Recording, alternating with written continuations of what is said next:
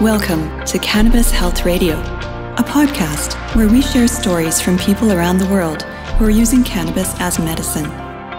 The information is meant to raise awareness about the health benefits of cannabis, but should not be taken as medical advice. Now, here are your hosts, Ian Jessup and Corey Yelland. And welcome to another episode of Cannabis Health Radio. I'm Ian Jessup. And I'm Corey Yelland.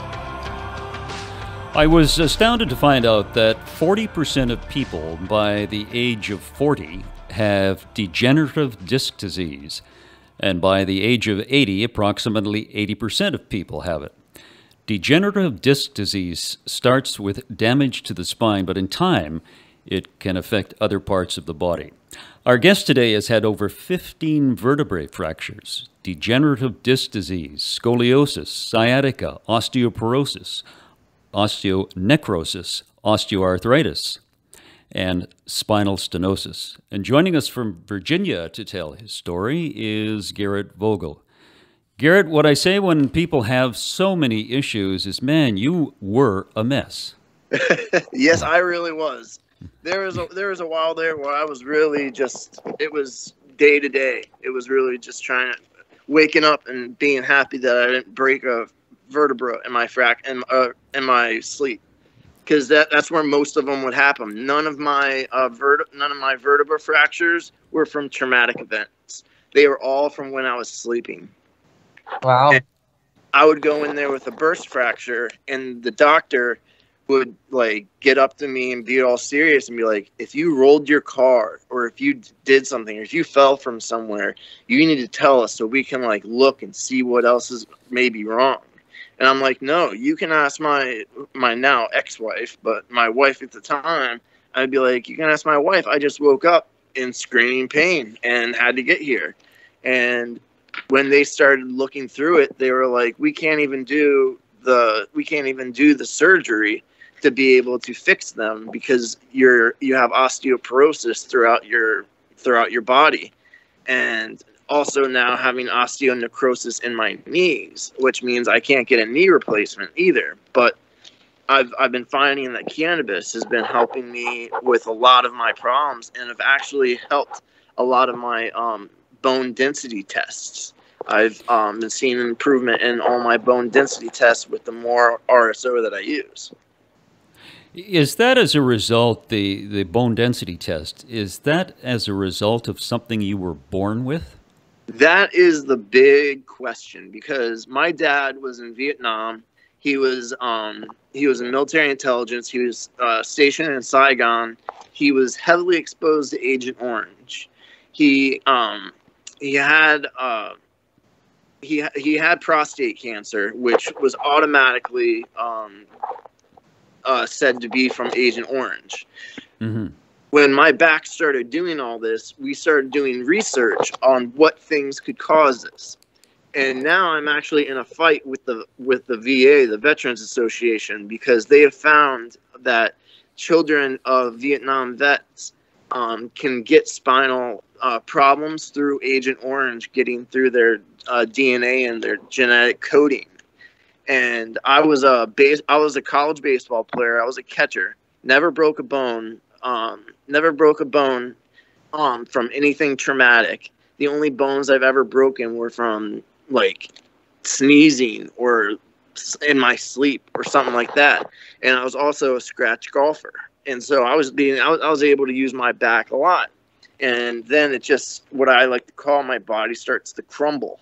And that's when I started to find that cannabis was really the thing that helped me out the most, more so than any pharmaceutical they gave me or any type of other treatments that they tried to do with me.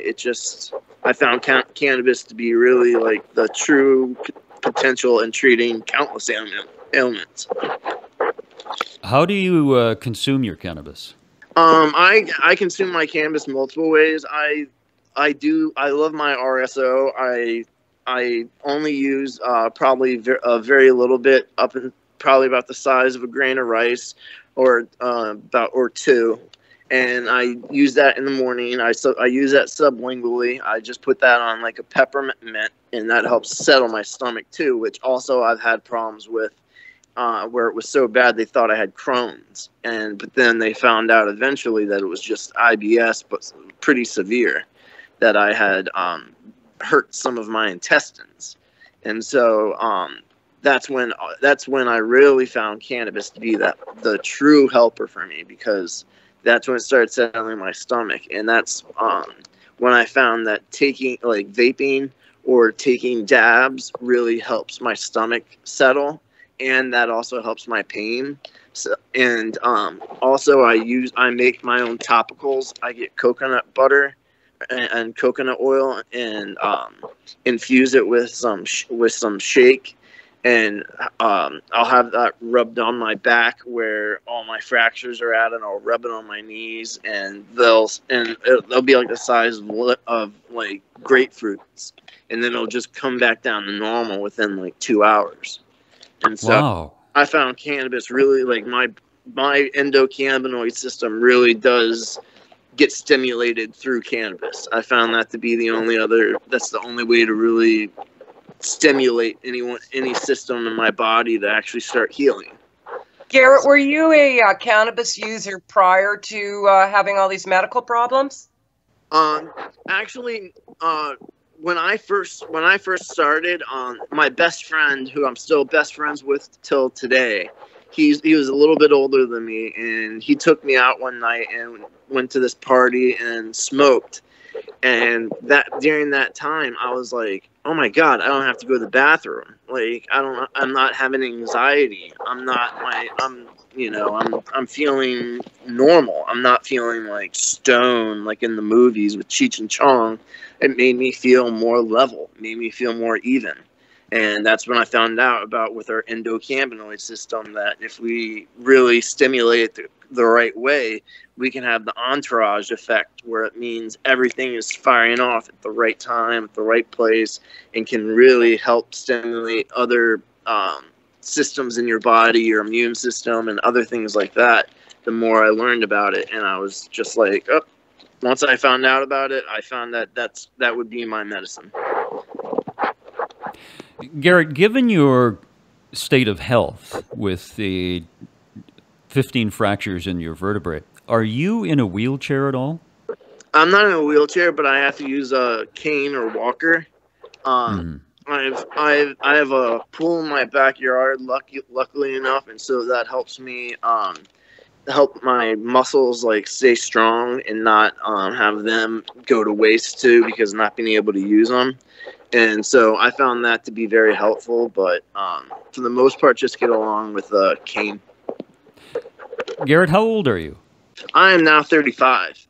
35. And yep. When did this first start for you? For all my back problems, that started probably when I was about 30. And it just happened like all of a sudden. I'm sorry, let me back up. In college, when I was playing baseball, my last year there, I was starting to have more back pain and things like that, and they couldn't really figure it out. So the team doctor sent me to this ortho in town. That's when they found out that I had degenerative disc disease, spondylolisthesis, a couple other things. Degenerative disc disease, spondylolisthesis, a few other things that the sciatica, scoliosis, and the spinal stenosis. Yeah. And that was when I was about 21.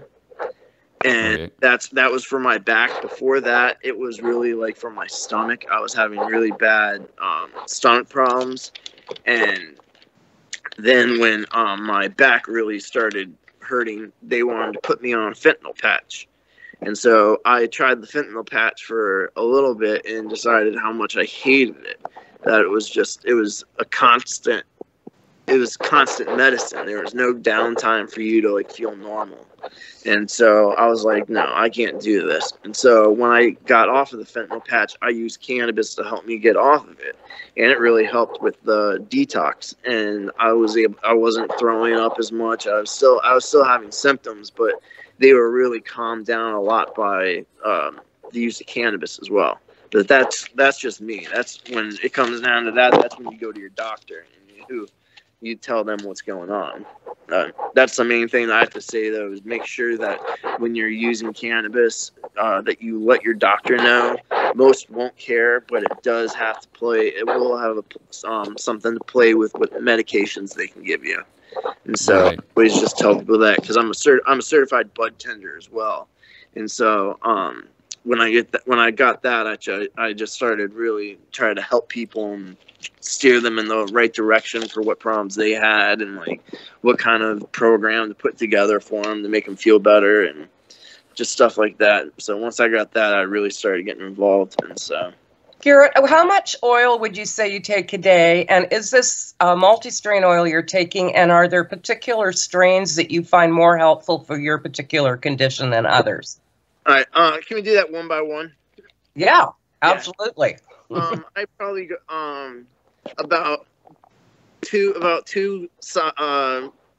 grains of rice, about 2 to 4 grains of rice a day, and just use that mainly in the morning with my nausea, and then at night, in the early evening, I apologize, is when I use my last 2. I try not to use THC too close to bedtime, because it can affect your REM cycle. That's when CBD is really actually good for sleep and for your problems at night. Okay. Is it a multi-strain oil that you take? Yes, it's multi-strain, but all indica. That's what I found to be the most helpful for my pain. But indica, it really depends on the person. Some people may want like a sativa RSO, because that can give them energy during the day to be able to like go out and do what they want to do. But mainly for me, I like the indica because it has stronger pain properties. And when I'm not in pain, I'm already kind of full of energy anyway. So I just really stick to indicas, and I found those to be the best.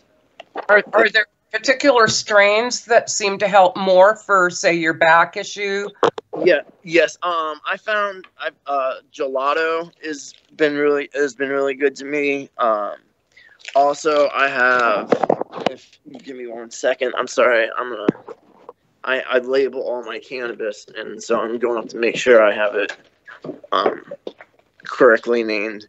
The other one is Mike's Hard Lemonade. I know they stole the name off of the brand, off of the alcohol brand, but I found that to be really helpful. It's full of trichomes and very dense, and so it really helps. That's pretty good sign of indica, and that really helps with my pain. And I've also found that strawberry cough, it really helps, and that's actually a sativa. But when I use that, it helps my pain and gives me a little bit of energy. Like if it's a really bad day when I'm in a lot of pain and need to get stuff done, I'll be like, okay, strawberry cough today. Okay.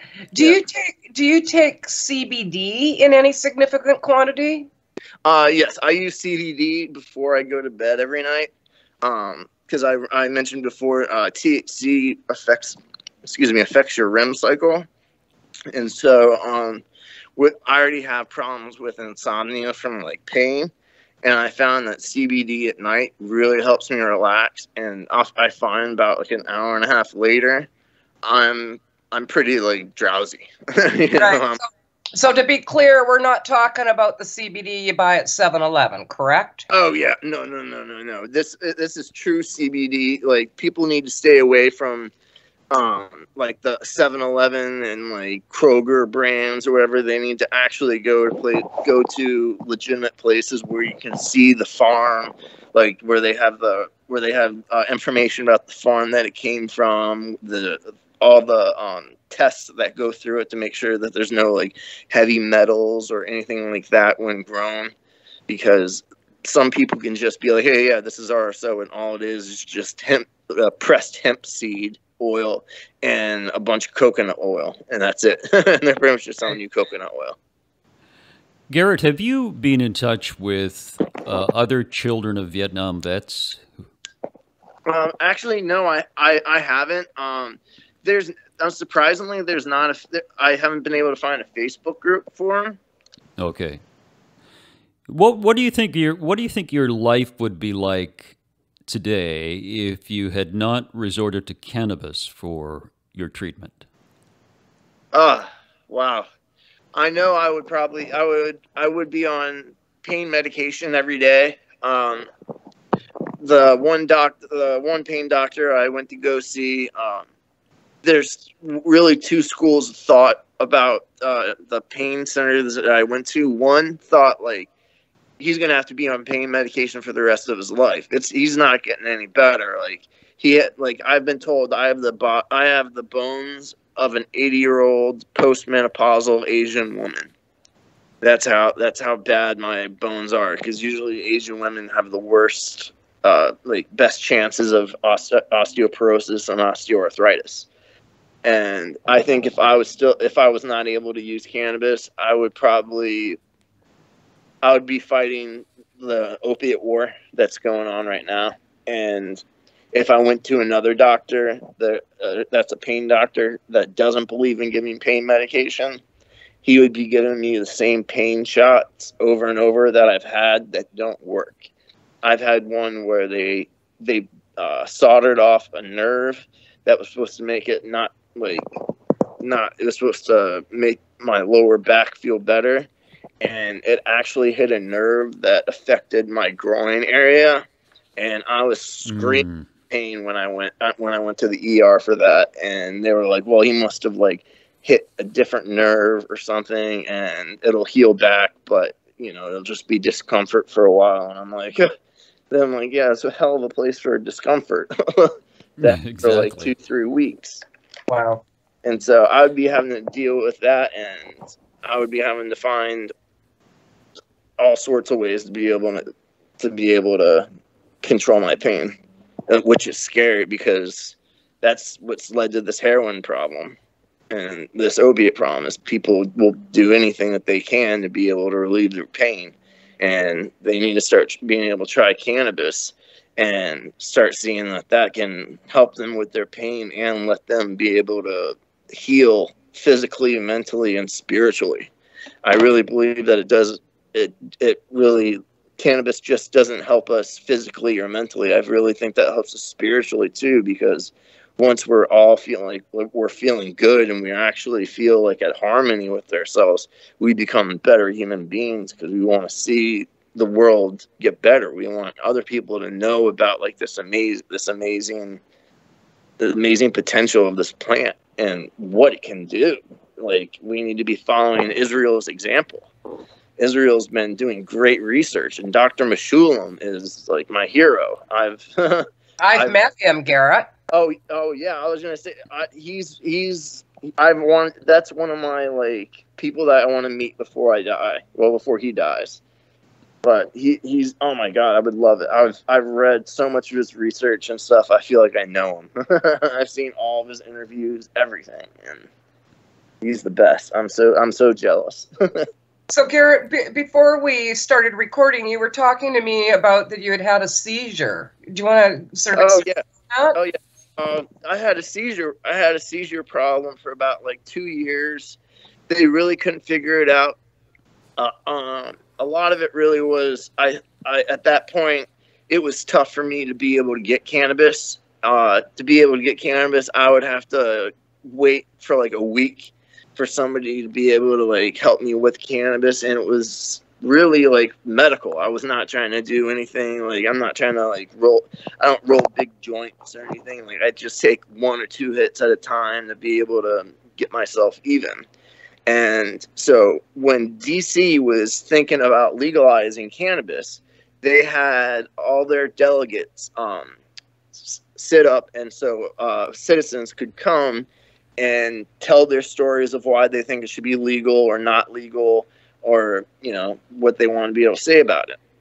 I was one of the first people to speak, and when I got up to the podium, I was already feeling like kind of nervous. So I was like, it wasn't anything like unusual. I gave my speech and told them about all the different things that it can help with, all the different cancers that it can help with, how it causes apoptosis and cancer cell suicide, and how it kills cancer cells but leaves healthy ones alone, and how it can help seizures. People who have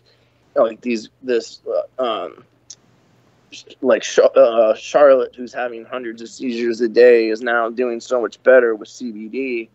And that's about all I remember. And I turned around and remember looking at my mom being like, I don't feel too good. And that's when my mom says, she's like, whenever you say that, I know you're going to have a seizure. And bam, right after my speech, I went down and had a seizure and hit my head on a chair or something. But one of the delegates came up to my mom when I was having a seizure and was like, do you have any like cannabis oil you can give them or anything like that? And my mom was like, this is why we are here.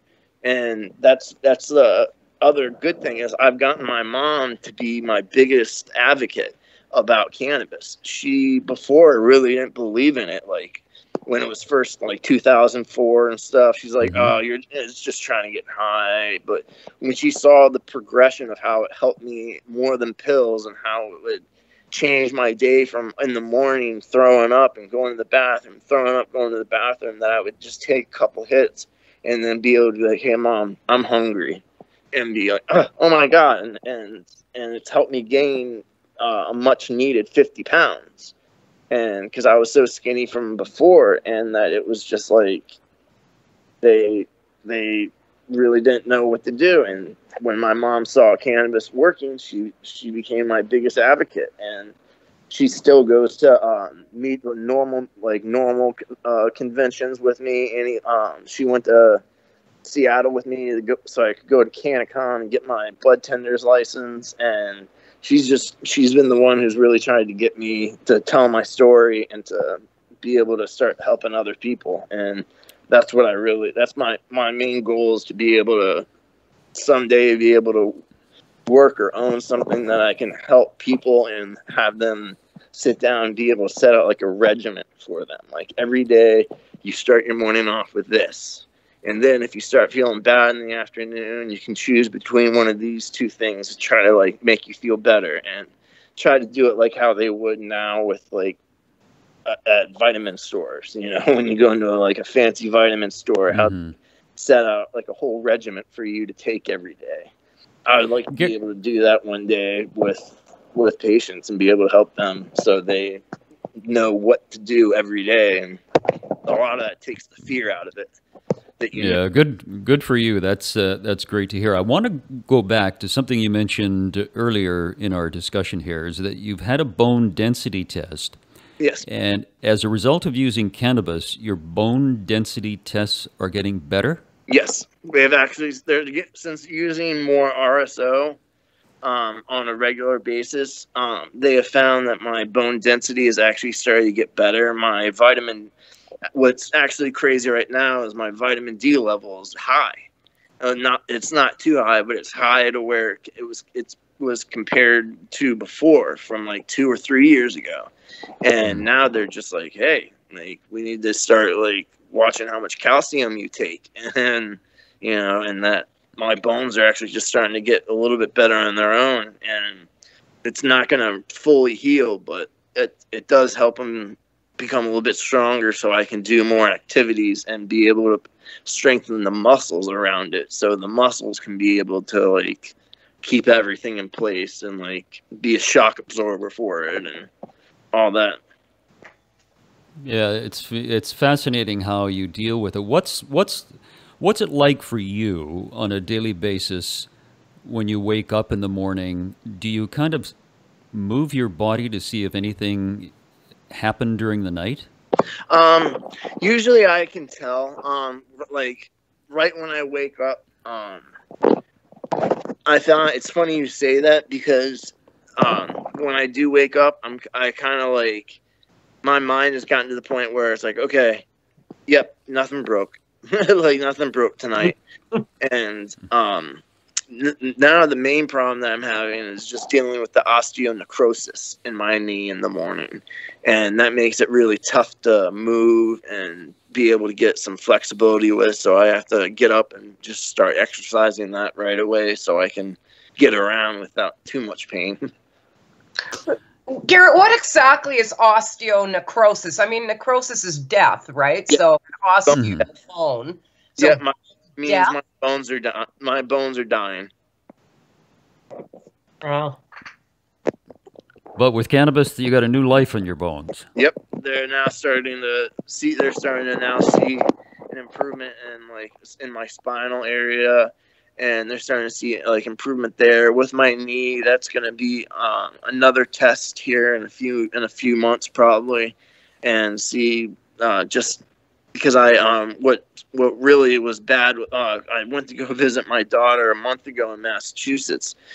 Before this COVID thing started, I used to drive up to see her every month. And this last time, the place we were staying at didn't have stairs, and I fell right down on my knee that has osteonecrosis, and it was bruised so bad. And so I went to the ER when I got here, and I was like, man, I know that like I shattered my patella or something. And they were like, hey, you have osteonecrosis in there, and you fell, and you got a bad bone bruise, but you didn't break anything. They're like, you know how great that is? You didn't break anything. You fell on a bad knee, and you didn't break anything. And I was like, huh. And he's like, bone bruises are awful. He's like, those hurt so bad. But he's like, imagine if you fractured something. And he was like, I rarely see anybody come in here with osteonecrosis and a fall, and they didn't break anything. And so I was just like, RSO. Like that. Wow. RSO. Yeah, fabulous story, Garrett. We really appreciate you telling your story, and we're very encouraged that as a result of the use of cannabis, you're starting to get better. Thanks very much for this. Oh, thank you. Thank you for allowing me to tell my story, and I really hope it helps somebody be able to look into it more or think that, hey, I have the same kind of problem, maybe RSO or maybe like cannabis can help, tinctures can help, something, and just want to give somebody hope out there.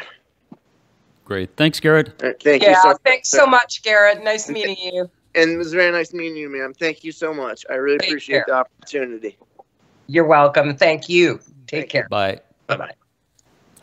As many of you may be aware, we have no advertising on Cannabis Health Radio. We rely on listeners for support. And if you'd like to support us, there are two ways you can do that. Either a one-time donation for as little as $5 or a monthly donation.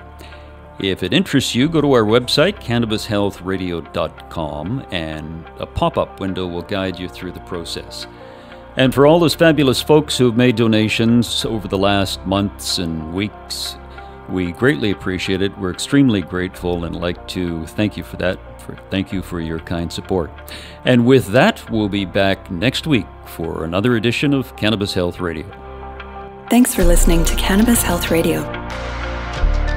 For more information and to search previous podcasts, visit our website, cannabishealthradio.com. Subscribe so you don't miss new episodes. And follow us on Facebook, Instagram, and Twitter. This podcast is made possible by donations from our listeners. If you found the information helpful, please consider making a donation in any amount through our website. You can also help us share our message by leaving a review on your podcast listening platform. We are very grateful for your support. Thank you.